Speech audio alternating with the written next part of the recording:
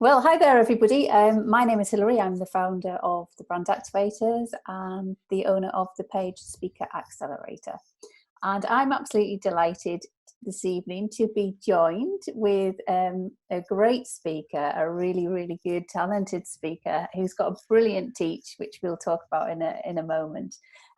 So Mr. Anthony Stears is in the house. Welcome, Anthony. Great to have you here. Thank you very much. Thank you very much. It's lovely. It's spontaneous. I like it. But yes, no, it's cool. You're often my phone a friend when it's speaking related stuff. So it was, always good to kind. Chat. I'll take that as a compliment, shall I? Absolutely, absolutely.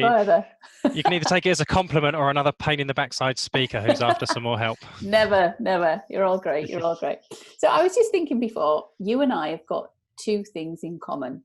Because you are on a mission to get people talking, and I am on a mission too to get people talking.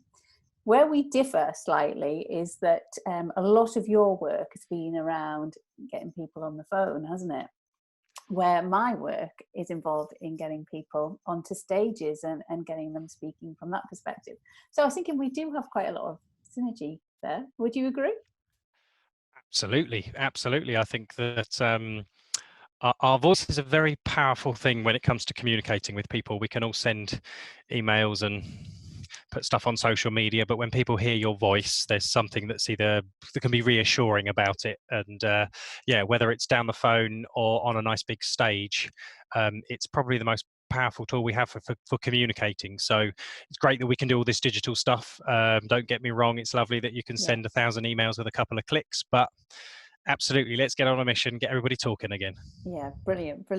Well, without further ado, I'll let you just introduce yourself, if that's okay, and tell us who you are. Yeah, and over to you. So I wrote a book a few years ago called The Telephone Assassin. So I suppose that's what most people who've seen me in the past will remember me as. It's nowhere near as aggressive as it sounds if you've never heard of me before. I basically teach people really good manners and what I like to call advanced common sense, which is just a nice, sensible process to take people through, and less about sales tactics, so to speak. It's less about, I get classed as a sales trainer or a sales speaker quite a lot. And the thing that's slightly different about me that other people in that category is it's less about selling nowadays and more about helping our customers to buy. But that's a bit of a sensitive subject right now. It's, should we be being proactive or shouldn't we? That's the question. Yeah, interestingly, there are a lot of people that I know who are selling and are selling very well. And there are an audience out there that are willing and wanting to buy, very much in the learning and the online learning space. I see that massively at the moment.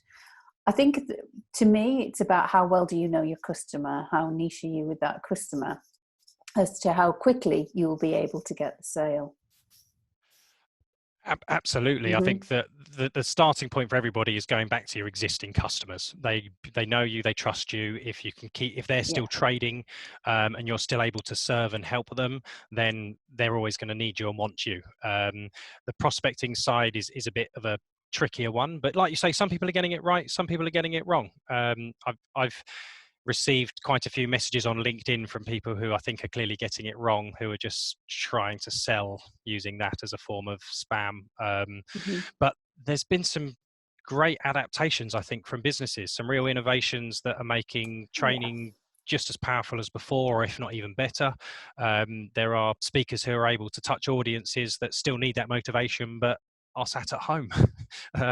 So I think there's definitely still a need. Like you say, there's still a need for it, but I think at the moment, a lot of what I'm finding with my clients is I'm asking them to focus on building their pipeline as opposed to closing deals.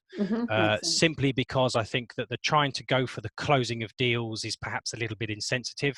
And the approach that I always give people is prospecting should feel like you're dropping off a pizza menu as opposed to knocking on their door and trying to take an order. And I think if you take that mentality of dropping off your pizza menu, particularly now, people appreciate the fact you're not trying to take their order, and some of them are happy to talk about their appetite and when they might be hungry again. So Yeah. Yeah. Sales is always going to be a numbers game, don't get me wrong, but I think it has changed over the last sort of 10 years, where it's less about convincing people to buy or overcoming objections, and just a little bit more about capitalizing on the conversations people are ready to have. And I think that we're in week 3 now of lockdown.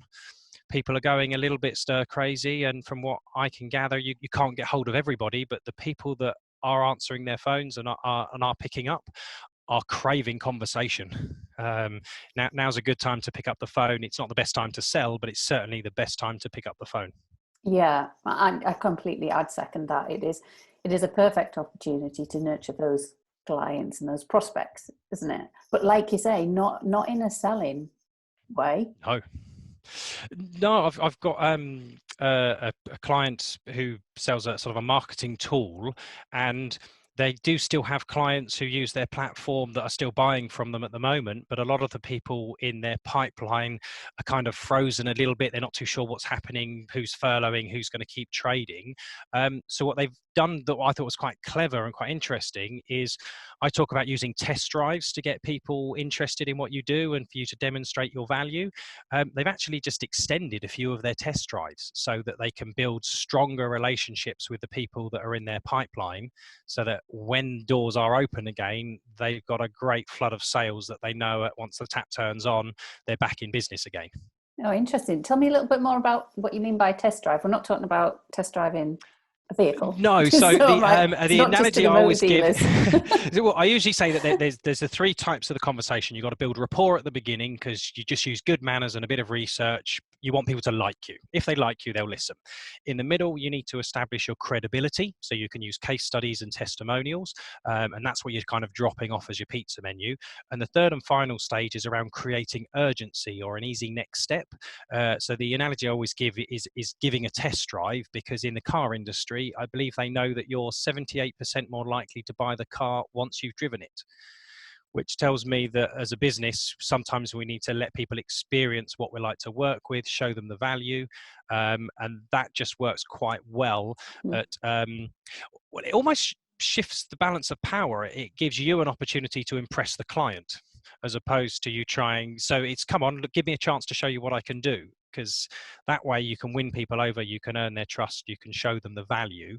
And like I say, with these guys, they can give free elements of their platform and their service away, but what they've ended up doing is actually running a 12-week online marketing course, which I thought was very clever, because it engages the people who are their typical customer.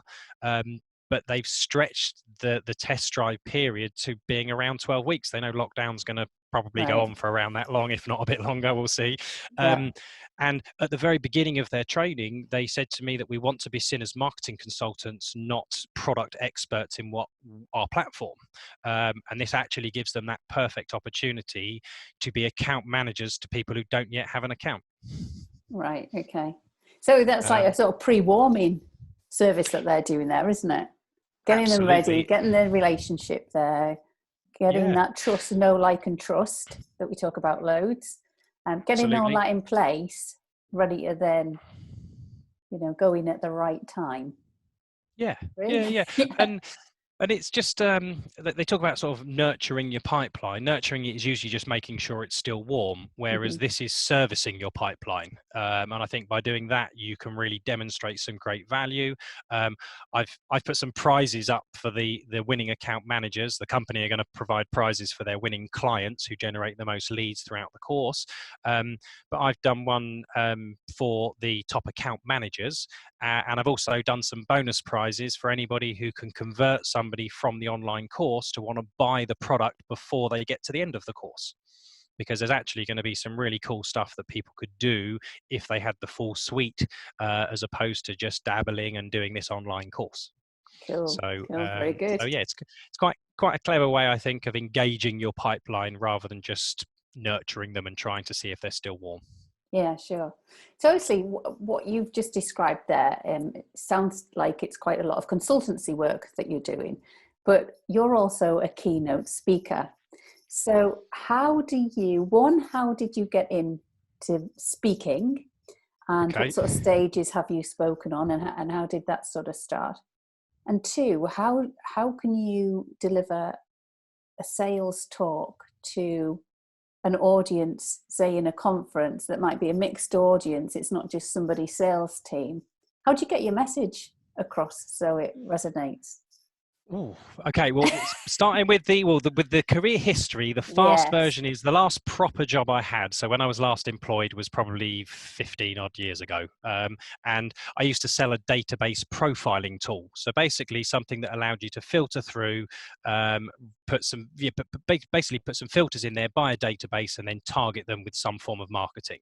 And what people often used to think was that I was trying to sell them as much data as possible. And I used to try and explain that that's the opposite of what I want. I want you to buy a wish list, not a database. And once I got that concept of I want you to buy 50 or 100 names of people who if you get one or two of them on board, would be massive for you, rather than buying a list of 5,000 and sieving through and seeing if you can find any little diamonds in the rough.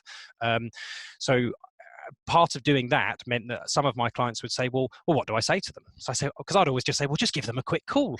And then I started to write these telesales scripts. So I started to write scripts of things that you could say as a warm up or things that you could do as a follow up.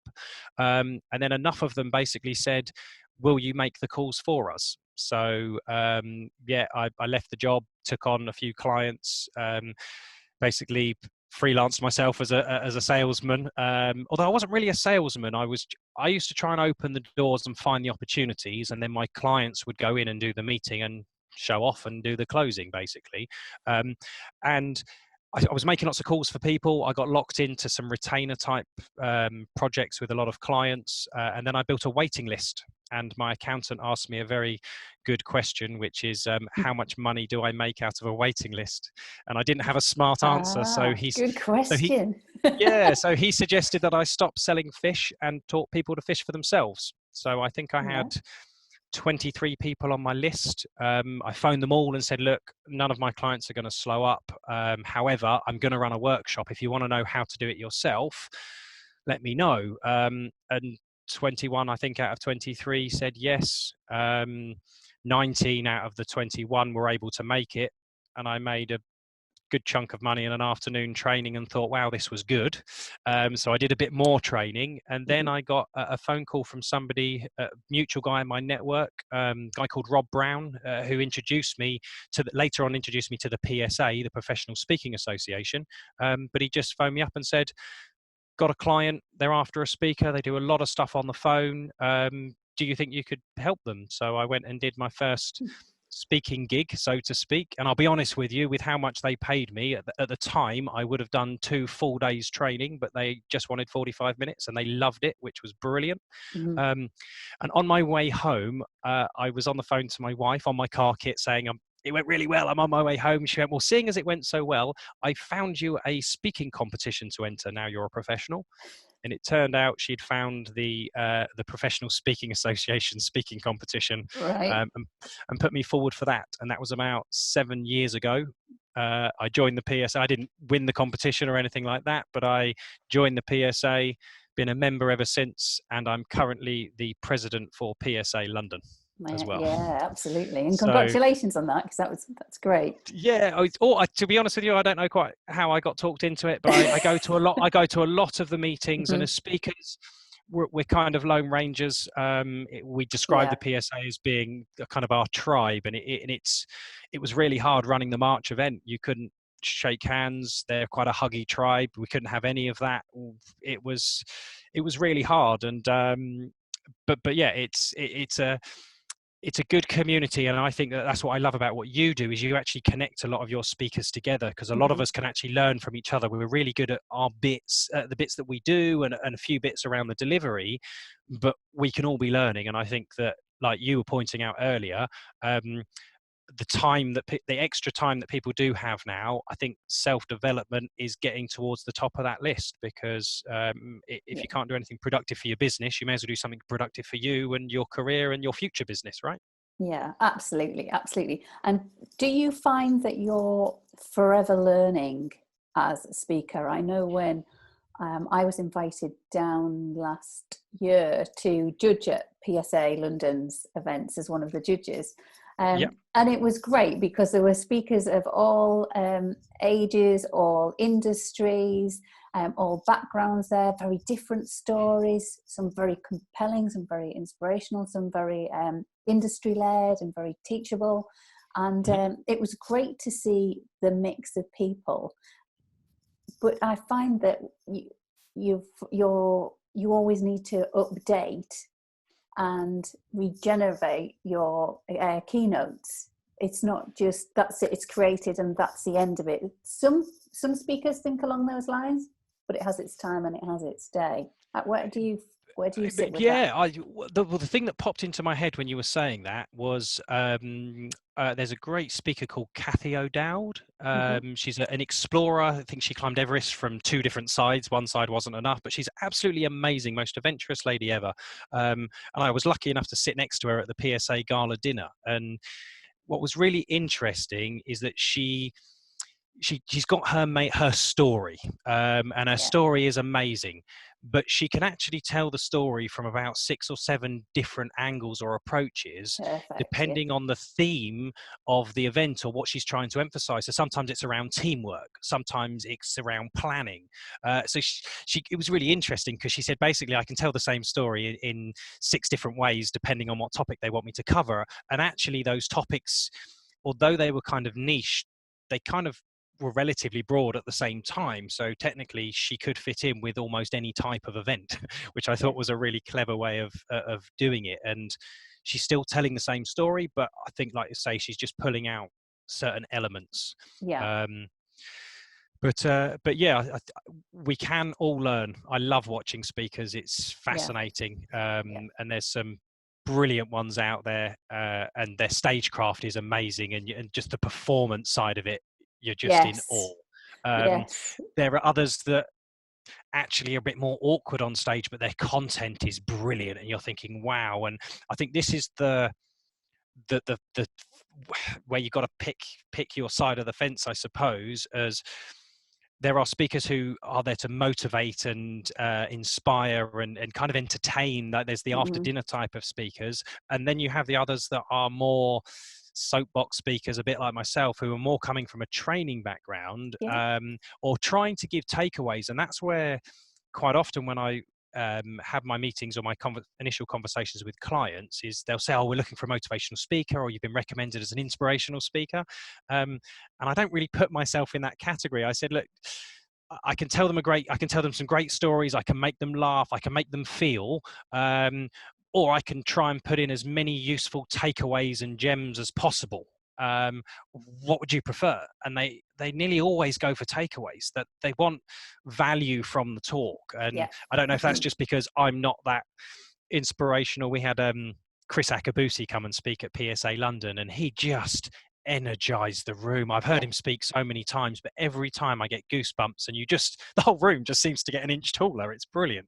And because I've got lots of energy, I'm enthusiastic, I can be funny, but I kind of don't put myself in that category. But just one of the things that I actually got from him, sorry to just throw this in there randomly, was he is such a down-to-earth guy. He doesn't take himself too seriously at all, but the business of speaking he takes so seriously. And he talks about the clients that he's still working with and the clients that he's had over the years. Basically, they know their stage is safe in his hands. And that was something that really stuck with me, as actually that's when you know you've really got your client on board, and that they trust in you and your performance and your prep and all of that kind of stuff. So I love watching speakers. And like you say, in the PSA, there's such a variety of topics, ages, approaches. I love it when people kind of go, oh God, you 3 all speak on a similar topic. There's a few of us that speak around phone type of stuff. I've heard everybody else speak, and nobody else comes at my stuff from my same angle, and I don't come at their angle either. So it's actually really interesting. I think most of us typically only really talk about communication if we boil it down to that. But absolutely agree. I absolutely agree. And at the end of the day, it's every speaker's individual story. And some speakers will deliver a keynote, others will perform. And there is a great difference between the two, an absolutely huge difference. And Yeah. sometimes just delivering your keynote is enough for that audience. Mm-hmm. But on other stages, you need to have that extra level. But there is space for everybody. I think that's what I'm keen that we get over in this conversation, that you have the people like Chris up there. But there is definitely spaces for other people, for the right audience, with the right content. And Yeah. what I find is that how a speaker starts, it'll never be how they finish. You know, they're on that curve. And as long as they, you know, listen to their feedback, take on feedback, get feedback from their clients as well as audience and commentators around, and continue to develop and innovate to keep current, I think you can have a really good career with speaking. Absolutely. I think it's being a good speaker is like being a good chef. I think you need to go and work in some kitchens, you pick up some little bits from different people along the way, and then eventually you find your style. And you can be truly authentic.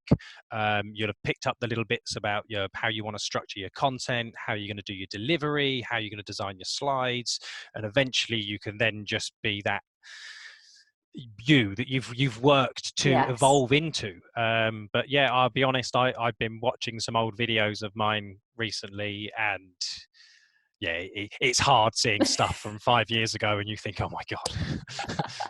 Oh my god, I've just made a shadow on the screen behind me. What am I doing? Why am I stood in front of the projector? Why did I look back then? And so but that is it, isn't it? It is that learning curve. You know, you sort of you have to take the baby steps before you can start to scale, and you need to get into your comfortable with this new persona that you're putting on, to say, right, I'm now the speaker, I'm going to step out onto the stage almost in a sort of in an acting role, in a way. You know, you need to game face on, you need to up the tempo. Yeah, well, I actually kind of think you'll probably almost slip into character, and yes, that character is still you, but it's either an exaggerated or more confident from the outside look. Because people, I had to do a talk at a speaker conference a while back, and I was the first speaker up, and at the break, everybody came up to me and, "Oh my God, you're so brave speaking in a room full of speakers," and I said, "Well." No, because I wasn't talking about speaking. If I was trying to give you all advice about how to be a good speaker or how to deliver, then I would have been slightly nervous, because I'm perhaps not the most experienced in the room at that particular topic. But when I talk about my stuff, and my friends always say it to me, "Oh God, you're really brave." And one of them's a pilot as well. And he goes, "You're so brave standing up on stage and talking to people." And I said, "Yeah, but I talk about the stuff that I know about, that I've tried, I've tested, I've got a great track record, I've got loads of clients who'll vouch for the fact that this stuff works. I'm not just bluffing up on stage waiting to be outed," which is why, as part of my training, I often end up saying, "Well, look, can I make a couple of calls for you?" And I do some too, and they look at me like I'm crazy to begin with, but yes, it usually ends well. And that's great, isn't it? That's how you can share that expert knowledge, by demonstrating live on stage, where you have the opportunity to sort of say, you know, this isn't just all in the textbook. Here it is, and I'm doing that. Yeah. And I think the more people can add that in, and add in, you know, whether that's video content within their presentation, or that's doing things like that on stage, or calling out at the audience to get them more involved, where you can really, you know, not just talk the talk, but demonstrate it as well in the live environment. I just think that adds that extra level. Well, one little thing that I remember sharing with a few speakers that said that they found it really useful and a bit of an extra confidence builder is so usually I take a briefing from the client when they book you to speak, and they tell you what they want the theme or the topic to be, or you'll have a chat about what you're going to deliver, or what the problems are within the business that they want you to fix. But I always then say, well, can I call 2, 3, 4 people that are going to be in the audience, please? And usually they don't have any resistance to it. And I always think, when you've spoken to a couple of people who you know are in the audience, and you've sense checked what you thought you were going to present that would be useful is actually definitely going to be useful, or they come up with something that the person who did the briefing with you didn't tell you, all of a sudden it makes you feel a little bit more prepared. I love name checking those people on stage. I love to doing that. Oh, and Hillary, thanks ever so much. You took a call from me last week. Thanks for sharing the issue around getting past gatekeepers or such and such. I just figured, here you go, this is for you.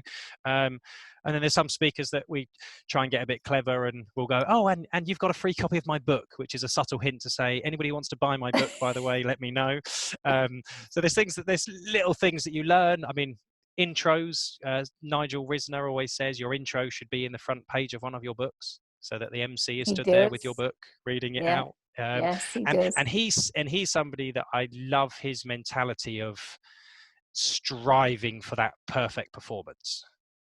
Doesn't matter if there's 20 people in the room or 2,000 people in the room.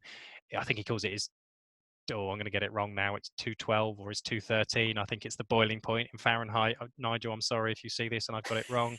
But it's lovely when I've overheard Jeff Ram, who's one of my favorite speakers, who I know you've worked with loads of times, on the phone to Nigel after a gig.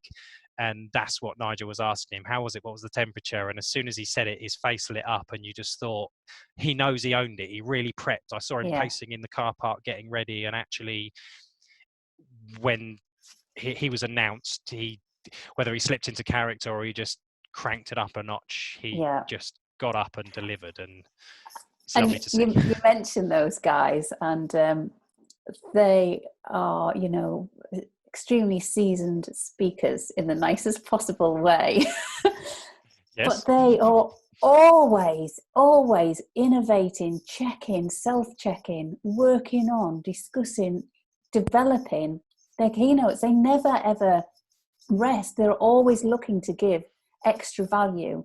It's all about the quantity and the value and the quality that they deliver time and time again. Absolutely. And it's great to see. I mean, they're absolute masters at it. I've got to say, they're absolute masters at it. So professional, I was going to say, beginning to end approach.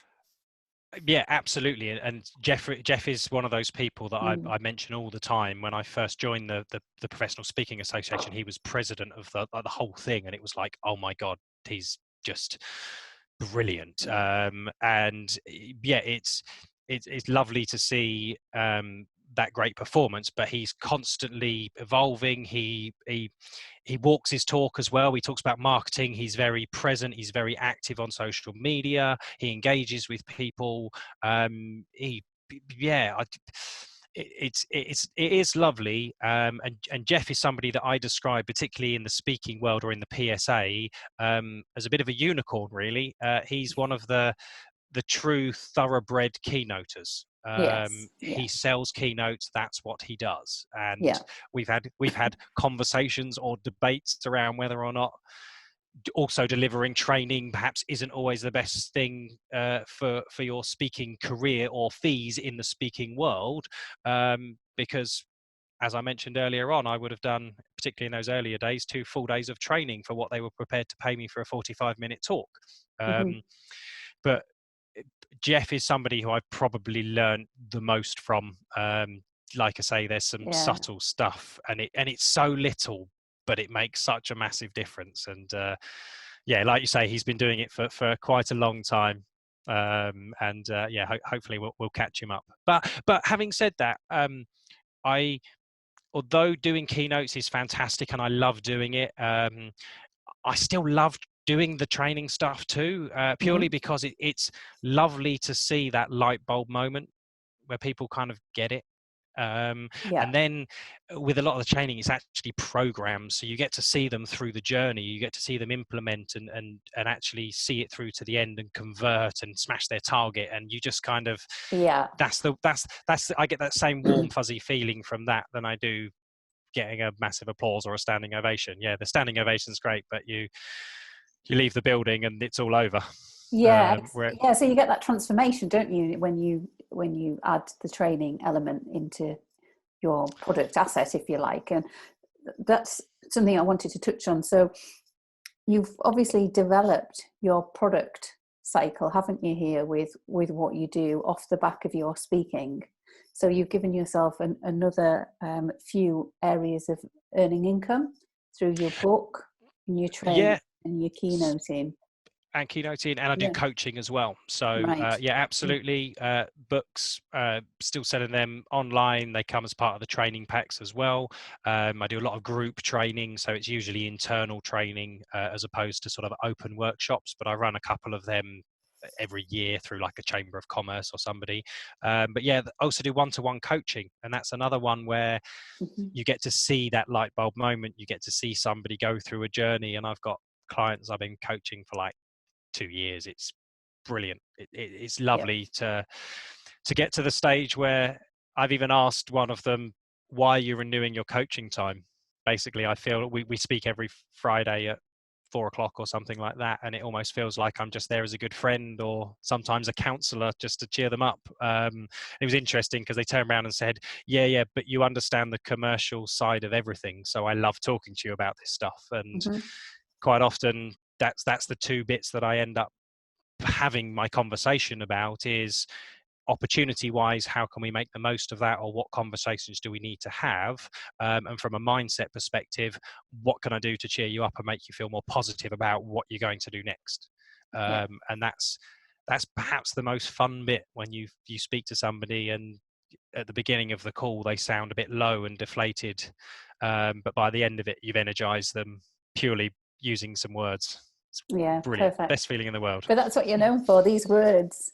So before we end, we were going to have a little chat about, obviously you're the telephone assassin, so let's talk about cold calling.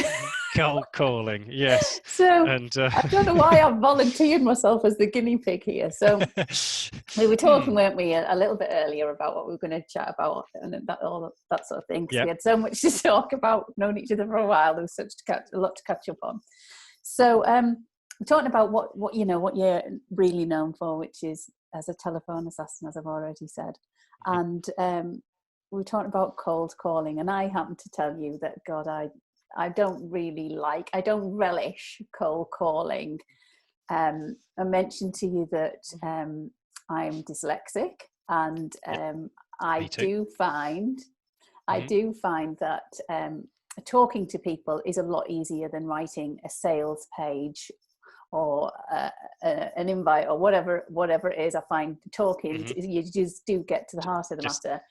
So I could talk all day, and that's absolutely fine. And in a live environment, meeting people, and we can chat away and all that sort of thing, no problem at all. Really develop meaningful relationships. But when it comes to closing on a phone call, I am just absolutely terrible. And I was telling you earlier, just to be brief, I was telling you earlier about... You were filling me when you lost a deal, I believe. Is that right? When I had a huge fail, big fail.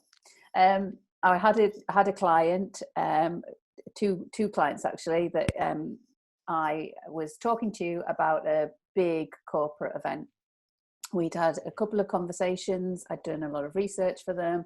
I had all the prospecting and all the costings ready for them. Met up with them at the venue, and we talked through the event, and we talked through the theming, the guest list, the catering, the artwork, the entertainment, the works. You crossed all the T's, dotted all the I's. They were loving it. It was absolutely great. And then at the end of the get together, we'd finished our coffees, all the rest of it, and I'd laid it all out for them. They absolutely loved it. And then it was a bit of a pregnant pause, really. And I just said, so are you going to book? Yeah. And there was this longer pregnant pause. And they just said, well, we'll come back to you. We've got another couple of people to see. We'll get back to you. And I was absolutely floored, because I'd, been talking to them for a while. This just didn't happen overnight. I've been talking to them for a good while, and we got on well. And I was like, oh my God, I'm leaving without a deposit. So much effort and energy already in. Yeah, absolutely. So I was relating that story back to you, and I didn't get the sale at the end of the day. And I was like, oh my God. And after that, I was like, oh no, this isn't for me. This isn't for me, cold calling. I just can't do it. So, well, it's interesting, because when you told me that, I then said, and now on reflection, is there a question or a different way you would do it, which you were dubious about coming forward with. So I'm going to share what I thought might have been a good questioning or way to try and round that off, which was, you've done everything with them, which was perfect. But when you can't do more, you've really served to the maximum. But I suppose the wording that I would have changed is, rather than "Are you going to sign it off," basically, or "Are you going to book?" I would have turned around and said, "So it sounds like we've covered every aspect of the event. You guys seem happy with everything we've talked about. I seem pretty much happy with everything that we've talked about. What else would need to happen now then before you could sign the contract?" Because I think if you, rather than asking the close, what you're saying is, before we get to the close, what might stop you? Because had they have turned around and said, "Oh, we need to get 2 more prices," you could have gone, "Oh, okay, no worries at all. So have you been asked to do that because procurement say you have to get 3 prices? Are you looking at 3 prices because cost is actually going to be one of the main deciding factors?" And depending on what they say, you can then find out, well, do you have any of the prices in already, or when are you expecting to get all of the prices in? So there's different things that I think you could have done that would have kept the conversation going, rather than trying to close the conversation off. You make it sound so easy, though. That you made that sound easy, and you come to a point, though, don't you, in the conversation where you're like, "This needs closure," and I'm one of those people, like, let's just take some action. Are we in or are we out? Yeah. Well, when it gets to that point, so quite often we'll have talked them through the whole thing, and then sometimes we then need to send them the proposal or what we've discussed in writing. So this is what I would say to people about emails: is emails usually sending an email usually gets it off your desk. It usually doesn't complete the task. So I try to use email to create a paper trail of the conversations I've already had. Okay, so going on the basis that we've had the conversation and we've talked them through it, talked them through what we're going to do, or what our program might look like, or what the proposition is, we usually then send it to them in writing so that they can review it, or we get asked to send a quote or a proposal. But there's a great speaker who I'm sure you know really well too, Simon Hazeldine, and he is brilliant when it comes to negotiations. So he's written probably a dozen books, but one of them I think was Bare Knuckle Negotiations. And one of the best tips I've got from one of his talks was, I would never send a proposal. It would be a draft action document version 1. And usually he's got a tick list where 3 out of the 10 things are already ticked, because there's this human thing of wanting to complete the list. But just in presenting it as an action plan version 1 says that this is a plan of action as opposed to a proposal, and this is version 1, and I'm expecting we're going to evolve it. So it almost invites that follow-up conversation. So if you then combine my advice on that as well, which would be, let's just say we've had our conversation and you still haven't decided if you want to go ahead yet, you want me to send you a proposal and you have to look at it with the team, I would say, well, look, I'll send you everything we've discussed in writing, so you've got it in black and white. Let me know if there's any immediate questions or concerns, but let's book a time in now where I can talk you through the whole proposal once more with everybody else who's involved in the decision-making process, just so that by the end of that conversation, you guys have everything you need to know to make a decision of whether you think I'm a good fit for you or not. And it's just a really good way of getting all the decision makers in one place. I'm not going to send you a proposal unless you book that time to go through it. Otherwise, you can spend a lot of time writing and doing tenders and proposals, and you never hear anything back. So you've sort of warmed them up for the close there, haven't you? It's like it's another step. Absolutely. But what you've really done, so at the beginning you have to get permission to speak, but at the end of every conversation or every telephone call, I always say you need to take final responsibility for the next time you're going to speak to them. And it's the only real way to prevent what I would call pipeline constipation.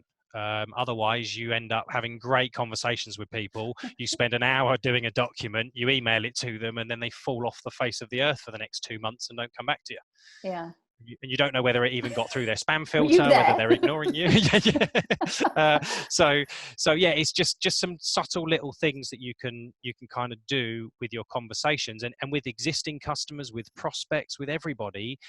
Just take final responsibility, and quite often it can come in the form of, so Hilary, obviously we're not moving forwards quite yet, or you've got X or Y going on. When do you think I should reach out to you next if we've not spoken?